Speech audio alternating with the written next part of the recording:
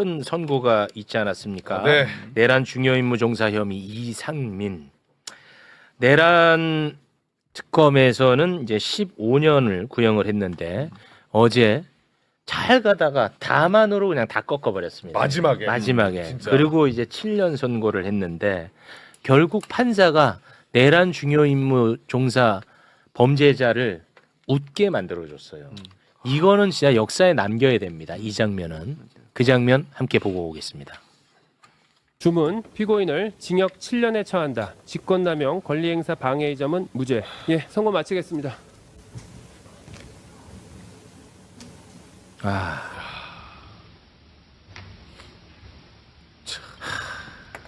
예, 재판 마치겠습니다. 야, 격려까지. 네. 이거 국민들이 안 막았으면 성공했고 국민들 수없이 죽어나갔고 대한민국 민주주의는 다 파괴되고 대한민국 경제는 다 폭망하고 그랬을 법한 범죄자인데 복구 불가한. 웃게 만들었어 사법부가. 너무 만족한다는 표정이잖아요. 네. 아니 그리고 이진관 재판관하고 너무 다르잖아요. 같은 내란 임무 종사자예요. 중요 임무 종사자. 한덕수는 구형한 것보다 더 많이 나왔잖아요. 네. 근데 이 판사는 그거보다 줄여 반도 안 돼요. 반도. 2분의 1도 안 나왔어. 네. 이게 대체 내란 주요 임무 종사자에게 이 정도 처벌하는 게 맞는 것인지 모르겠어요. 단전단수 해가지고 만약에 헌법을 유린한 거 아닙니까? 그런 일이 일어나고 실제 실행됐으면 아까 얘기했던 것처럼 우리나라가 어떻게 될지 모르는 거예요. 네. 실행이 안 됐고 그래서 뭐 문제가 없다 이런 식으로 나가면 안 되는 거예요. 이거는. 이거 굉장히 충격적이었습니다. 아니 이거 우리 또 법조인 한덕수 네. 판결하고 비교해 보면 그거를 좀 사실은 이상민이 한덕수보다도 훨씬 더 위헌성이 크다는 게 한덕수 판결문에 이진관 재판장이 해놨어요. 네. 어떤 부분인가 하면은 이것은 단전단수 언론사에 대한 단전단수는 헌법상 언론 자유의 침해, 그렇습니다. 검열에 해당한다. 그러니까 한덕수보다 이상민의 위헌성이 훨씬 더 크다는 취지로 이미 판단을 해놨고 사실상으로도 그렇죠. 이상민은 중앙고 4인방이잖아요. 맞아요. 훨씬 더 윤석열과 이 전체적인 부분에 대해서 책임이 훨씬 더 크죠. 네. 그런데 한덕수보다 지금 미치지 못하게 이 지금 내란 범죄를 대하는 조희대 대법원의 태도 제가 지난번에도 말씀을 드렸는데 네. 이렇게 되면은 이상민 그다음 박성재 판결도 그렇고 앞으로 이제 이상민 밑에 있는 조지호 또 줄줄이 이게 하향 평준화가 되는 이 판결이 굉장히 우려스러운 상황이다. 네. 그래서 이 형량 자체가 말도 안 되는 형량입니다, 사실은. 네. 아니 이거 하나 좀 여쭤보고 싶은데 대한민국 사법부 일관성 없는 판결을 이거 누가 어떻게 해결할 거냐? 자 보십시오. 한덕수는 부작위, 그러니까 뭔가를 해야 되는 일을 하지 않았다고 해서 23년을 선고받았습니다. 네. 근데 이상민은 매우 적극적으로 행위가 있었잖아요. 네. 근데 행위가 있었는데 이 사람은 7년이야. 그리고 한덕수는 23년 선고를 받았어. 23년 선고받은 사람은 불구속 기소됐어. 근데 7년 선고받은 사람은 구속 기소됐어. 이전에 와, 아니, 그러네. 이 일관성 없는 사법부 이거 어떻게 할 거예요? 그러니까 이게 말도 안 되는 거. 사실 우리가 가장 중요하게 뭘 봐야 되냐면 한덕수 판결이 1980년 신군부 쿠데타를 겪은 대한민국 우리에게 가장 정확한 판결과 그 형량을 말해주는 거거든요, 사실은. 네. 그러니까 거기를 기준으로 모든 것을 봐야 됩니다. 네. 그러면 이상민의 이 판결은 굉장히 거기에 미치지 못하는 고무줄 봐주기 판결인 거죠. 솜방망이 판결인 거죠. 특히나 직권남용 부분에 있어서 무죄가 난 건데요. 네. 이거는 직권남용이 단전단수 결과가 안 나와서 무죄다 이렇게 하는데 이 판사가 직권남용의 법률을 모르는 판사예요. 말하자면 뭐냐 하면은 단전단수 결과가 나오지 않다 하더라도 이게 사실은 직권남용은 결과범이기 때문에 결과가 나와야 되는 건 맞습니다. 네. 그런데 이것은 그 이상민이 그 소방청장을 통해서 소방청장에게 서울 재난본부장에게 그 단전 단수에 협조해 줘라 이렇게 맞습니다. 지시를 한 거예요. 그러면 네. 그것은 이미 결과가 나온 거예요. 지시를 하게 한 거예요. 의무 없는 일을 하게 한 거기 때문에 소방청장에게 그러면 이것은 결과가 일어난 겁니다. 그러니까 직권남용이 무죄가 날 수가 없는 사안인데 직권남용을 무죄를 쓰면서 이걸 마치 또 그 부분이 무죄니까 좀 더 형량을 줄여줄 수 있는 것처럼 이렇게 해버렸거든요. 항소심에서 특검이 그 부분에 대해서 그 소방청장에게 의무 없는 일을 하게 한 거 협조해줘라고 지시한 건 있거든요. 네. 그 부분으로 공소장 변경해서 이 부분도 유죄로 다시 받아야 됩니다. 그거 한번 단계만 좀 보고 갈까요? 그 단전 단수 지시한 그 단계가 딱 있거든요. 네. 예. 그러니까 저 허석곤 소방청장에게 단전 단수를 지시했는데 단전 단수 결과가 안 나와서 이것은 무죄다 이런 거거든요. 그렇습니다. 그렇죠. 그런데 허석곤이 저 소방재난본부 서울시 네. 그 재난본부장에게 그 협조해주라 이렇게 지시를 했어요. 그렇습니다. 그 지시한 것 자체가 의무. 세상에 그 내란의 단전 단수 지시를 할 의무는 없는 거예요. 그렇습니다. 근데 그 의무 없는 일을 하게 이미 한 거예요. 그러니까 직권남용이 유죄가 되는 겁니다. 법리적으로. 그러니까 이제 의원님 잘못된 거예요. 말씀은 이건 것 같아요. 소방본부나 일선 소방서에서 단전 단수를 한 건 아니었는데 그거는 그 앞에 허석곤 입장에서는 지시했지만 이행이 안 된 걸 수 있는데 이상민 입장에서 봤을 때는 허석곤한테 지시를 해서 허석곤이 그 임무를 수행을 했잖아요. 거기서 이제 완성이 됐다. 그러니까 여기서 이미 이 사람은 행위를 했기 때문에 그렇지. 이상민이 하려고 했던 거는 완성된 기소 아니냐. 그렇지. 이 말씀을 하시는 맞는 말 것 같은데 듣고 맞아. 보니까. 맞는 법리적으로 얘기지. 그게 맞죠. 예. 근데 저 판사가 직권남용의 법리를 오해하고 잘못 판단한 거라고 저는 생각해요. 네. 그러니까 저것은 항소심에서 뒤집혀야 됩니다. 알겠습니다. 그러니까 이렇게 저는- 사실은 저는 이제- 재판부에 따라서 각각 다르게 결과가 나오잖아요. 이게 그렇습니다. 문제니까 법 왜곡죄를 반드시 통과를 시켜야 돼요. 그래서 지금 어떤 느낌인가 하면 저희가 법외곡죄를 지금 곧 통과시킬 예정이에요. 그런데 판사들이 지금 내란범죄 지금 재판하는 판사들이 그래서 법리적으로 그러니까 그 유죄 판결은 엄청 잘 써요. 네. 그러니까 뭔가 증거 판단이나 이런 것도 네, 다 막 잘했던데. 해요. 네. 충실하게. 그런데 형량에서 박앤세일을 하는 맞아요. 거예요. 그러니까 법외곡죄를 피하기 위해서 그런 게 아닌가. 그런 생각이 들어요. 그러니까 증거 판단 잘못하거나 네. 이러면은 그것은 법외곡죄에 해당하거든요. 맞아. 그러니까 사실관계 판단 잘못하거나 그것은 안 하고 막 판결은 막 엄청난 선고를 할 것 같이 막 판결해 놓고 네. 형량에서 전부 다 그냥 반띵 판결을 하는 거예요. 이게 근데 이것은 일반 형사 범죄가 아닙니다. 일반 형사 범죄는 저희가 구형하면 2분의 1에서 3분의 1 사이에 나와요. 사실은. 근데 이걸 일반 형사범으로 보는 거예요. 판사들이. 내란 범죄라는 중대한 국기문란, 민주주의를 파괴한 범죄입니다. 네. 그 이제 사실 의원님 말씀하신 그 대목이 최 국장님이 짚으셨던 본질하고 통하는 면인 것 같은데 판사들의 판결이 왜 이렇게 왔다 갔다 하냐, 네. 일관성이 없냐, 네. 누구는 세게 하고 누구는 약하게 하냐. 그러니까요. 이게 이제 사안의 본질, 이게 내란 범죄라는 거를 이진관 재판장만 선명하게 인식을 하고 네. 재판을 진행하는 것도 그렇고 나중에 판결을 할 때도 그렇고 그 일관성을 유지한 거의 유일한 판사거든요. 그렇습니다. 그래서 저는 좀 다른 내란 재판 진행하고 있는 판사들이 그 판결문을 좀 읽어봤으면 좋겠어요. 왜냐면 저도 이제 찾아보니까 특히나 내란과 관련된 범죄는 우리나라뿐만 아니라 법 체계를 갖고 있는 민주국가에서 다 똑같이 아주 엄하게 처벌을 하는데 네. 뭐가 없냐면 이건 심지어 모의만 해도 처벌합니다. 네. 그러니까 다른 형사 범죄들이랑 달라요. 어. 시행을 하거나 시행을 했는데 실 실패했거나 이런 게 아니라 시행하려고 준비만 해도 처벌한단 말이에요. 아예 생각도 하지 말라 이거야. 의도를 처벌하는 거랑 마찬가지인데 그건 왜 그러냐면 이 범죄의 중대함 때문이에요. 그렇지. 만약에 이게 조금이라도 성공 가능성이 생기게 되면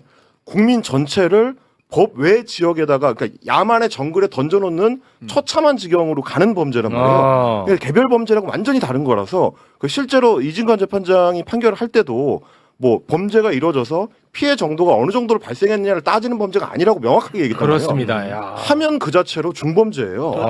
그러니까 무기징역하고 사형밖에 없는 거거든요. 그렇죠. 내란 우두머리는. 네. 근데 그 어떤 엄정한 인식을 가지고 사안을 보면 이상민이라는 사람은 행정안전부 장관이라서 그 당시에 뭘 한 거냐? 자기가 지휘할 수 있는 병력한테 명령을 내린 겁니다. 맞아요. 소방력을 동원해가지고 헌법을 파괴하고 언론사를 망가뜨려라 네. 라는 명령을 했기 때문에 병력을 동원한 범죄 행위 아닙니까? 네. 굉장히 엄중하게 봐야 되는 거예요. 그렇습니다. 그게 실패했든 아니든 다른 차원의 내란은 다르게 봐야 된다라는 거고 그리고 원래 했어야 되는 건 뭐냐면 행정안전부 장관은 경찰력을 동원할 수 있는 지휘권이 있기 때문에 심지어 이 사람은 먼저 가가지고 윤석열이 내란할 거라는 걸 미리 알았잖아요. 네. 그러면 어떻게 됩니까? 원래 행정안전부 장관이면 경찰청장한테 전화를 해서 이자를 체포해라 해야 돼요. 지금 내란을 모의하고 있는데 선포하기 전인데 네. 내가 그걸 알았습니다. 이 사람이 이제 내란을 저지를 거라는 걸.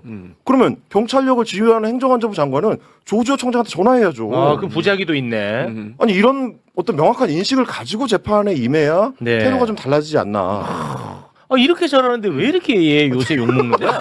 7년 15년이었는데 근데 일단 이게 뭐 무죄가 나오진 않았을 것 같아요. 예. 한덕수 이제 한덕수 재판이 있었기 때문에 그거랑 맥은 같은 거거든요. 네. 근데 이제 뭐 선고하면서 이제 양형이 약간 사실은 저는 좀 그게 납득이 좀 안 되는 부분이 예. 있어요. 왜냐하면 같은 범죄에다가 내란 특검에서 구형한 게 어떻게 돼 있냐면 한덕수는 20년 했는데 23년이 나왔고요. 15년, 20년. 여기는 15년 구형을 했단 말이에요. 맞아요. 그만큼 15년. 사실은 중하다고 생각을 했는데 직권남용죄 무죄를 하면서 7년 했는데 가장 이제 문제가 똑같은 서울중앙지법원이에요. 그렇죠. 옆에 있는 재판부. 너무 양형의 차이가 나는 겁니다. 이진관 재판부하고. 그렇죠.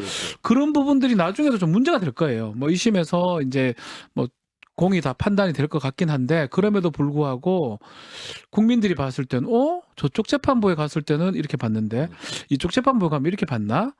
그러니까 납득이 돼야 되거든요. 예. 이상민이 한덕수보다 가볍지 않아 보이는데 네. 너무 가볍다고 판단이 되는 거잖아요. 예. 직권남용죄는 사실은 중요한 범죄 아니라고 뺀다고 하더라도 위증죄도 하나 있는데 예. 그런 거 봤을 때는 뭐 유죄한 거는 뭐 납득이 되지만 양형 부분에 대해서는 뭐 국민들이 조금 납득하기는 어렵지 않았을까 생각이 듭니다. 그러니까 내란은 맞다. 피고인의 비상계엄의 위헌,위법성 인식했을 거다. 그리고 단전 단수도 내란 달성을 위한 거다. 그런데 7년이다. 앞에 마지막 문장이요. 내란 행위예요. 네. 내란 행위에 가담하였으므로 그 죄책이 결코 가볍지 않다라고 해놓고 7년. 당황스러웠습니다. 지난번에 사실 백대현 부장판사가 윤석열 이제 공무집행 방해로 그때 5년을 선고했을 때도 야, 좀 그렇다라고 하면서도 윤석열은 이제 내란 우두머리죄 판결이 있기 때문에 예. 그걸 고려했나라 정도는 넘어갔는데요. 이렇게 가볍게 봐준 이유가 또 납득이 안 가는 부분이 있어요. 뭐냐면 양형 사유를 설명을 하면서 그런 얘기를 합니다. 단전단수 지시 전화 한 차례만 해놓고 그 이후에 다른 추가 지시나 점검이 없었다. 왜 그랬을까요? 국회에서 계엄을 해제시켰으니까 뭐 다른 걸 할 수가 없었던 거예요. 본인이 잘해서 빨리 끝난 게 아니라 국민들이 나섰고 일부 국회의원들이 나섰고 그다음에 일부 군인들이 좀 늦게 행동했고 그래서 끝났기 때문에 계엄 자체가 무의로 돌아갔으니까 추가적인 조치가 없었던 것뿐이죠. 예. 근데 그걸 양형 기준으로 들어서 감경을 해줬어요. 내란 지금 중요행위 종사 법정형이 5년 이상 무기징역이에요. 7년이면요 그냥 완전 연말 폭탄 세일이에요 이 정도면. 아니 그래서 실제로 이상민 전 장관이 웃었어요. 사진이 찍혔어요. 그게 이제 웃는 상이라서 그런 건지 뭐 알 수는 없는데 웃상이다. 웃상 오해하지 말아라. 이런 얘기도 있긴 웃상이다. 한데 알 수는 없어. 알 수는 없는데 알겠습니다. 예. 본인이 이제 주르륵 그 판결 이유나 이런 것들을 들었을 때는 인상이 안 좋았었거든요. 아 그래요. 근데 이제 일어나라 해서 선고를 들었을 때는 뭐 어쨌든 웃는 모습이 네. 이제 그게 웃상이든 어쨌든 간에 본인 생각보다 본인 판사 출신이기 때문에 알지 맞아요. 않겠습니까? 네. 특히 한덕수 피고인하고 똑같은 상황이에요. 똑같은 특검 15년 받았어. 같이 이제 예. 계산을 할 거란 말이에요. 그러면 예. 유죄가 된다 했으니까 10년 이상 나오겠지라고 아마 예상했을 건데 7년이라고 했을 때 아마 그런 좀 안도감도 있었지 않을까 뭐 추측은 해봅니다. 사실 한덕수에게 지금 이진관 부장판사가 무겁게 죄책을 물으면서 했던 여러 가지 적시했던 것들 중에 이게 그 안으로부터의 내란이라는 거 아니에요? 이른바 그 친위 쿠데타. 네, 위로부터의 내란. 그러니까 위로부터의 내란. 예. 그러니까 이거는 그 바깥에서 전두환이나 노태우가 했던 것보다도 훨씬 엄중한 사안이라고 그렇게 밝혔었고 그게 맞는 얘기인 거고 또 이런 일이 다시 일어나지 않기 위해서 엄단할 필요성이 있다는 것도 마찬가지 사유일 거고 그리고 행정안전부 장관은 이 내란 상황에서 두 축입니다. 국방부 장관이 군을 동원했고요. 행정안전부 장관이 경찰을 지휘하는 자리에 있는 거예요. 그렇죠. 그러니까 사실 아무것도 하지 않았다고 할지라도 그 책임이 그렇게 무거운 자리인데 게다가 반성 끝까지 안 했어요. 그때 마지막 최후 준세조차도 내가 무슨 영화를 누리겠다고 내란을 가담했겠느냐 이런 식의 얘기를 했고요. 네. 기억나시죠? 그 안에 CCTV에 뻔하게 포고령과 관련된 문건이 이렇게 주고받는 모습이 나왔는데 안주머니에서 꺼낸 거 그 김치 행사 브로셔였다고. 서로 웃으면서 얘기했잖아요. 네. 그 한덕수 총리와 함께 웃으면서 양자대화 한 것도 있었어요. 그런데 어찌 보면 한덕수 총리보다도 직접적인 행동에 나섰던 사람이라서 구체적인. 예, 더 무겁다라고 볼 수 있거든요. 그렇게 볼 수 있는데. 네. 그러니까 그때 이진관 재판부에서 한덕수 선고할 때 그때 많은 얘기들을 했었습니다. 네. 예전의 사례는 사실 5.18, 12.12, 5.18이거든요. 그거를 기준으로 할 수는 없다라는 것까지 했어요. 기존 대법 판례는 적용할 예, 수 없다. 적용할 수 없다. 근데 여기는 그런 얘기는 없으면서 저는 일견 그거랑 같이 갔던 것 같거든요. 그때도 기억나겠지만 전두환, 노태우 뭐 유학생 쭉 있는데 형의 차이가 있었습니다. 예, 예. 적은 사람 4년 뭐 2년도 있었거든요. 그런 거하고 좀 같은 것 같아요. 아하. 뭐 판사가 봤을 때는 한덕수, 뭐 최소한 한덕수는 없으니까 김용현, 윤석열보다는 약하니까 이 정도 해야 되겠다라는 막 그런 걸 그래서 7년으로 간 것 같고요. 예. 다만 이진관 재판부에서는 네. 그거 적용할 수 없다. 아하. 지금 새로운 유형의 아하. 위에서부터의 친위 쿠데타이기 때문에 예. 다른 어떤 기준으로 해야 된다 해서 더 상향된 23년을 적용한 것 같은데 제가 계속 지적하고 싶은 거는 똑같은 서울중앙지법입니다. 방도 이렇게 되면 안 돼요. 옆집에 옆방이에요. 방인데 이거는 사실은 공감대를 형성해야 돼요. 판사가 아. 그냥 자기 혼자 있는 게 아니잖아요. 그렇죠. 그럼 이진관 재판부가 했으면 왜 했는지도 고민을 해봐야 될 거고 그 생각을 하면서 양형을 몰라요. 재판부가 독립돼 있기 때문에 이게 말한 게 제가 무리수가 있는 뭐 없다고 할 수는 없지만 그럼에도 불구하고 국민들이 사법부를 믿고 따르려면 그런 게 있어야 돼요. 23년에 갔잖아요. 23년이구나. 그러면 내가 이상민을 얼마 줘야 되나를 생각을 해봐야 돼요. 그렇죠. 그럼 최소 10년, 15년 가야 되는 거예요. 요 형량이면요. 지금 우리 보통 일반 형사사건 할 때 이렇게 많이 하는데 네. 1심에서 부인하고 있어서 죄질이 안 좋다라고 그래서 이제 징역형이 나오잖아요. 네. 항소심을 그때 선임을 다른 변호사가 맡은 가장 먼저 쓰는 방법이 자백합시다. 아. 반성합시다. 아하. 반성문 열심히 써냅시다. 네. 그러면 어떤 얘기가 나오냐? 1심에서는 부인하다가 항소심 와서 자백을 했고 네. 반성하고 있고 또 이미 구속돼서 한 1, 2년 정도 살아요. 그러면 집행유예가 가능해져요. 절반 딱 깎으면 3년 6개월이거든요. 네. 집행유예 해줘요. 어허. 한 2, 3년 있다 나올 수도 있어. 이대로 간다면 안 가야겠지만 예. 그런 형량이에요. 사실 7년은. 그래서 살짝 우상일 수도 있지만 뭐 살짝 알 수는 없지만 뭐 그런 측면이 있을 예. 본인은 판사니까요. 오래 판사니까. 모르진 않지요. 예. 근데 지금 이제 요즘 뭐랄까 이진관 부장판사가 느끼는 부담이 엄청 클 것 같다. 아니죠. 저는 오히려 피고인들이 네. 이제는 알 것 같아요. 어느 재판부에 가면 어떻게 되는지. 그러니까. 만약에 뭐 또 이것도 가정이긴 하지만 예. 이상민을 이진관에 했으면 또 한덕수를 지금 이 재판부에서 했으면 류경진 부장판사죠. 난리 나왔을걸요. 이렇게 되면 안 된다는 거예요. 제 말씀은. 그러니까요. 비록 이 첫 번째 사건이긴 하지만 예. 이 내란 사건, 예, 예. 친위 쿠데타 내란 사건이 그래도 같은 법원이라면 비슷한 어떤 양형이 떨어져야 되는데 예. 양형이 이래 되는 거는 국민들이 사법을 신뢰할 수 없습니다. 더 나아가서 사실은 우인성 판사가 김건희 특검 지금 판결을 내렸던 예. 거는 더 문제거든요. 그렇죠. 그걸 만약에 지금 똑같은 사건이 지금 이진관 재판부 가 있어요. 예. 명태균 여론조사 윤석열 그거 가 있습니다. 그거 어떻게 나올까? 저는 반대로 중형 날 것 같거든요. 유죄되고 예. 저는 그런 예상이 되거든요. 그러니까 많은 국민들이 이제는 신뢰하지 않을 겁니다. 법원 판례. 그러니까 판사에 따라서 이렇게 다르면. 이러면 안 되는 거 아닙니까? 물론 진행자에 따라서 방송도 다르긴 한데. 진행은요. 진행. 방송은 진행자의 개성에 따라 달라야 맛인 겁니다. 알겠습니다. 그게 본질이에요. 오히려. 알겠습니다. 예. 자, 그런데 이제 더 걱정은 이제 19일 명절 연휴가 끝나면 19일 또 목요일이네. 19일. 네, 그때 같은 날이에요. 박지훈 변호사님 19일 이제 윤석열 1심이 나오는데 자, 과연 이제 국민들이 바라보는 상황은 이거 오늘 판결이 또 영향을 받는 거 아니냐. 일단 뭐 무기징역과 사형 2개밖에 없는 거죠. 저는 그렇다고 뭐 유무죄가 달라지진 않을 것 같아요. 그렇죠. 일단 우리가 눈여겨봐야 될 부분이 혹시나 뭐 공소기각이나 이런 부분들 그런 부분들은 빠져버렸거든요. 네. 이제 윤석열 재판에서 공소기각이 될 가능성은 저는 거의 없다고 보고 제로. 그러면 유무죄인데 예. 두 재판에서 유죄를 선고를 했기 때문에 내란 맞다. 예, 달리 판단할 여지는 사실 없어 보입니다. 어. 뭐 다만 이제 양형을 또 어떻게 하냐 이제 그거 문제인데 여기도 양형 2개밖에 없거든요. 그러니까 무기징역 아니면 사형 2개밖에 없는 뭐 거예요? 무기 금고가 있긴 한데 무기징역 무기징역 두 개의 법정형이. 법정형. 예. 그래서 저는 뭐 계속 주장을 했지만 네. 사형 선고가 되지 않을까 그렇게 예상을 해봅니다. 사형이다. 네. 사형 감경하면 무기징역 가능하죠. 네. 법정 감경을 하면 거기서 또 한 번 정도 유기징역형으로 감경을 해버리면 네. 근데 그래도 한 2번 감경해도 15년이에요. 그러니까 한 번 유기형으로 바꾸고 거기서 또 유기형의 최대가 30년이니까 3심에서 15. 또 한 번 장량 감경하고 그러면 15년까지는 가능해요. 예. 일단 만약에 그 밑으로 한다라면 예. 정말 또 징역 판사는 정말 국민들의 머릿속에 왜냐하면 제가 이게 지금 사실 이것도 저는 이거 이렇게까지 안 갈 거라고 안갈 거라고 믿는데 믿는데. 그것까지는 유경진 부장이 오늘 했던 판결처럼 내려버리면 그것까지도 가능해요. 근데 그 밑으로는 법적으로도 어려워요. 네. 그렇지 않나요? 예, 두 분의 로스쿨 유경진 강의. 부장대로라면 15년도 가능한 상황이거든요. 징역. 윤석열 대통령. 예. 그래서 저는 지기현 부장이 좀 부담이 될 것 같습니다. 오히려 뭐 알 수는 없지만 예.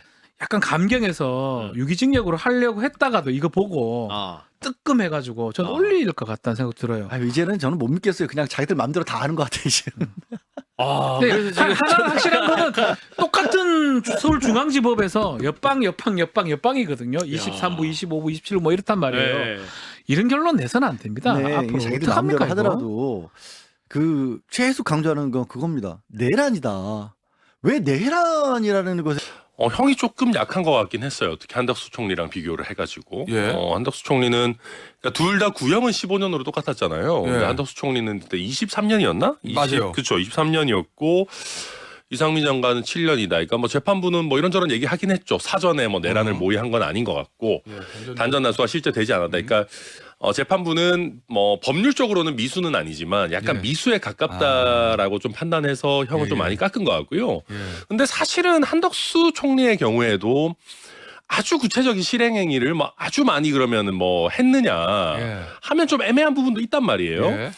그러면 그래서 저는 이게 총리와 장관의 어떤 격의 차이라고 하기에도 형량 차이가 좀 많이 나서 이거는 글쎄요, 이게 좀 상급심 가서 좀 정리가 돼야 되지 않을까 뭐 생각이 들긴 합니다. 고등법원 가서 워낙 그렇죠. 이제 어쨌든 내란 주요 임무 종사면 죄명은 똑같은 건데 형량 차이가 그렇죠. 너무 나니까. 맞습니다. 특검은 똑같이 본 거잖아요. 15년 구형이면. 그렇죠. 뭐 똑같이 본 것도 좀 그렇지. 어쨌든 뭐 그거는 좀 정리가 필요하지 않을까 생각합니다. 아니 예. 그러면 이제 중요한 건 네. 일무 1심이긴 하지만 뭐 상급서 정리가 되겠지만 윤석열 전 대통령이거든요. 네. 어느 쪽으로 갈 것 같으세요? 이거는 일단 사실은 이상민 장관에 대해서 제일 중요하게 본 게 법원이 이걸 내란으로 보냐 안 보냐잖아요. 사실은. 그러니까 만약에 하급심이긴 하지만 내란으로 안 보는 판례가 나와버린다 그러면 이거는 진짜 법적으로 굉장히 복잡해지는 거고 복잡해지죠. 윤석열 대통령 재판이 뭐 난리가 나는 거겠죠. 그때부터는 또 전한길 씨 같은 분들 막 또 신나서 설치고 막. 근데 여기도 명확하게 내란이라고 봤기 때문에 저는 이번에 그 윤 대통령 판결도 거의 윤 전 대통령 판결도 거의 뭐 내란이라는 법적 쟁점은 사실상 확정된 거고 형량만 안 맞는데 그러니까 무기징역 정도 나오지 않을까. 네, 1심이니까. 네. 유기징역으로 감경되진 않을 거다. 그러니까 사실은 감경할 수도 있죠. 왜냐하면은 기간도 짧았고 뭐 이런저런 요소들이 있는데, 그러니까 저는 이게 뭐 조국 대표 사건과는 너무 이게 너무 경중은 차이 나지만 그런 것 같아요. 만약에 윤 전 대통령이 어느 정도 본인의 잘못을 뉘우치고 사죄하는 스탠스로 갔다 그러면은 감경할 요소들을 더 적극적으로 고려할 수가 있죠. 근데 지금 끝까지 뻗대고 있고 뭐 나는 잘못한 거 없다, 뭐 사실상 계속 계몽령이다 이런 얘기 하고 있는데. 그런데 이걸 사실 1심 재판부에서 세게 깎아주기는 쉽지 않을 것 같다. 근데 또 사형 선고하자니 약간 순교자 만들어주는 꼴이 될 수도 있고 정가에서 그냥 무기 정도 하지 않을까 느낌이 그렇습니다. 하긴 저희 판결문 보면은 감경할 때 제일 먼저 나오는 게 피고인이 진지하게 반성하고 있고 이건데 그렇죠. 윤석열 전 대통령 그게 없으니까 감경은 쉽지 않을 그렇죠. 거다. 그러니까 이게 조국 대표 쪽 가족도 우리 옛날에도 그런 얘기 했었거든요. 저도 만약에 거기서 정치인이 아니었고 저희가 잘못했어요 그러면, 그러니까 많은 국민들이 그러잖아요. 조국 가족이다 정경심 교수 뭐 왜 이렇게 형이 세냐 이러는데 저희가 잘못했습니다 그랬으면 그 정도로 안 셌지. 뭐 저는 비슷한 이치일 거다 봅니다. 이게 왜 또 뉴스가 됐냐? 뭐 내란을 12.3 비상계엄을 내란으로 인정한 거는 다른 재판부에서도 그럴 생각 뭐 알겠다 하는데 형량이 한덕수 전 총리하고 비교하면 두 사람 똑같이 내란 주요 임무 종사자, 특검도 똑같이 15년 구형. 그런데 한덕수 전 총리는 플러스 8 해서 23. 그 8이 일로 왔어요. 이상민 전 장관은 마이너스 8 해서 7년. 검사님, 전 검사님, 이거 왜 이렇게 달라요? 그러니까 내란이 44년 만에 벌어졌던 거잖아요. 판사들이 내란 사건을 해본 사람이 누가 있어요? 아무도 없어요. 교과서에서 본 사람도 없을걸요? 양형 감각이 없는 거지 그러니까. 그러니까 이게 보통 일반적으로 많이 일어난 사건 뭐 살인부터 시작해서 뭐 네. 강도나 사기 뭐 다 이거는 어느 정도의 그 양형 기준도 있고 양형 감각이라는 게 있어요. 판사들이. 데이터도 쌓여 있고. 그렇죠. 그럼 법관 세미나 하면 맨날 그런 거 하는 거잖아요. 케이스 놓고 예. 한번 양형 적어 봐라. 그러면서 이제 그거를 표준화하는 이런 작업들이 계속 있었는데 내란은 또 일어날 줄 알았나요? 그런 게 없단 말이에요. 그러니까 들쑥날쑥인 거예요. 이게 누구는 이거 뭐 거의 무기에 가까운 감옥에서 생을 마감해야 되는 범죄라고 보는 거고. 야 근데 이게 몇 시간 만에 끝났으니까 좀 그 실제 행위에 비해서 이 정도면 적절하지 않아? 뭐 이렇게 생각하는 편차가 엄청나게 큰 건데 이게 이제 내란 전담 재판부가 서울 고등법원에 설치가 됐잖아요. 예. 고등에서 좀 키높이를 맞춰야죠. 한 재판부에 몰아가지고 재판부마다 좀 차이가 있으니까 보는 시각 기준이 조금 다른 것 같긴 하고요. 예. 홍 의원님 어떻게 보셨어요? 예, 뭐 당연히 이제 이게 맞는 것 같아요. 한덕수 전 총리께 맞는 것 같아요. 일단 양형 관련된 뭐 자료가 없으니까 뭐 당연히 이제 뭐 1심에서는 다를 수밖에 없는 것이고 그리고 또 상황이 또 다르죠. 왜냐하면 한덕수 총리 같은 경우는 국무총리로서 행정각부를 통할하는 그런 어떤 입장이고 지금 행안부 장관으로서 이상민 장관 같은 단전 단수 관련된 어떤 특정 이슈이기 때문에 일단은 지금 내란이라는 어떤 이슈에 미치는 영향력 면에서 일단 다를 수밖에 없는 것이고 그다음에 어제 재판부는 특히 이 단전 단수 관련돼서는 뭐 구체적인 어떤 그런 어떤 뭐 실행의 어떤 조짐은 없었다. 여기에 좀 더 포커싱을 두고 했는데 저는 결국은 이 내란 관련된 정의조차도 지금 본 사건인 직연 판사 관련돼서 또 이 이슈를 비상계엄이 곧 내란을 보느냐 이거조차도 제가 볼 때는 1심에서 흔들릴 수가 있다 그런 생각을 합니다.